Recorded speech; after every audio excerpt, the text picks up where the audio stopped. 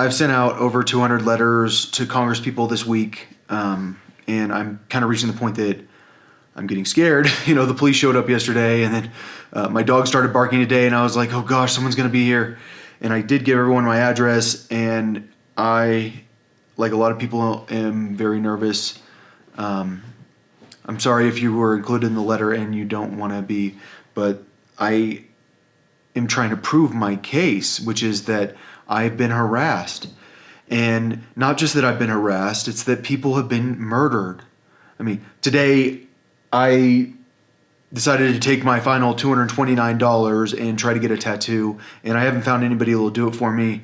I think that either I'm going to get a melting compass right here, kind of like Dolly's clock a little bit, and it's going to be pointing west for West Texas, because those people that were murdered there are my family, and I don't think anybody really appreciates how smart some of them were. I mean, like, was a chemist murdered? Yeah, that's kind of what happens. Like, when you're a chemist, it's extremely dangerous, and that lab was a big deal, and I know who I'm pretty sure that murdered him. That was right after the Boston bombing. It was like within a week of the Boston bombing, I think. And odd enough, I still don't think it was American intelligence that murdered him. I think that everyone's going to be surprised when they find out who murdered him. My opinion is that it was Israeli intelligence, which is really weird because they're such a small country. I don't know. Who knows for sure? Someone does. And maybe I don't. So I want to memorialize him with a tattoo, and that's why I'm going to do it. And or I'm going to try to do it. I don't know if I can afford to get a decent tattoo artist. It turns out tattoos nowadays are like $700. Like, what's your minimum for this tattoo artist? $700. I want to talk about short selling real quick. I know that everyone's wondering how the economy is, like, how is Disney stock so high up when they're making less movies than ever and making less TV shows than ever, but then their annual passes are not even being sold, and they're not even having Disneyland open a lot of time, and their crowds have been cut in to a tiny fraction, and then they still have real estate overhead. How are these companies still profitable? Well, what's happened is the government is buying stock, and the government is going to be. We're going to end up living in a country that's publicly owned, or that's like the government owns all the stocks. But the problem is the Trump administration wanted to make sure that the stock market looked good. So when they were buying stocks, they didn't set a level where they should buy the stocks. They kept pushing the price higher.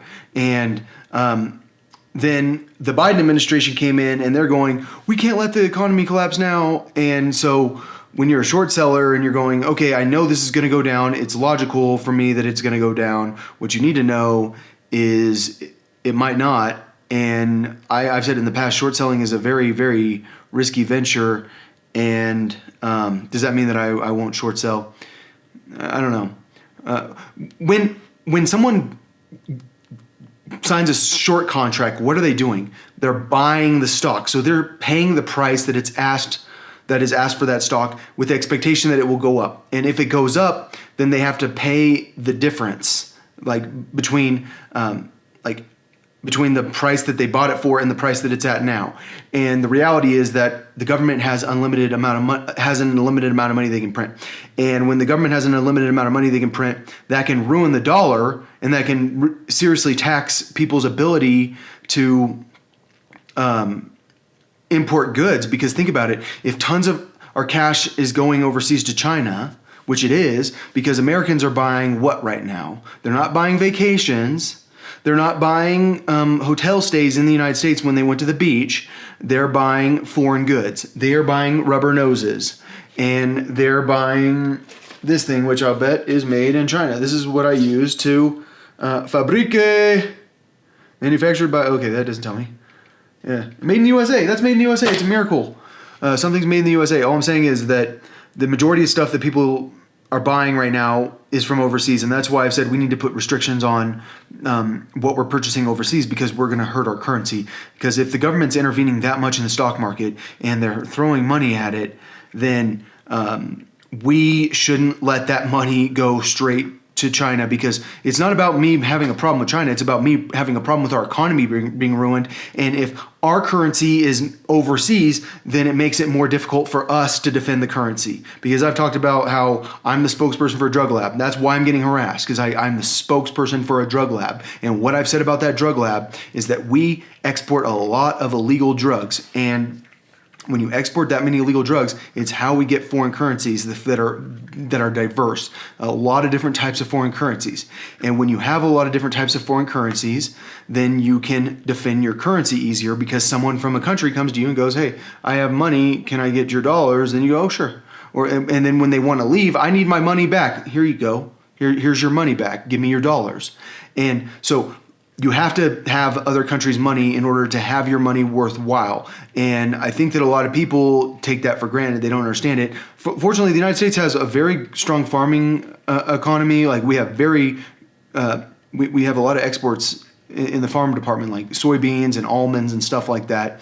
And we export, like our number one export is actually heavy machinery, like for that we send to other countries for them to make goods. I don't want to talk forever, but all I'm trying to say is our economy needs Coca-Cola.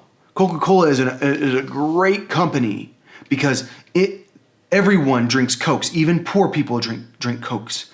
And so our economy needs companies like that. It's how we survive. And I don't think people appreciate that. And I'm really nervous right now, because I understand that the stuff I've said about COVID-19 puts a target on my head, and I've said it like, please don't shoot the messenger. Please don't, because I didn't do it. And you can blame me for me trying to protect people by telling them stuff about certain vaccines that my people have told me are dangerous. But I think that my job is to try to save lives, and I think that we have a very selfish government that doesn't think like that.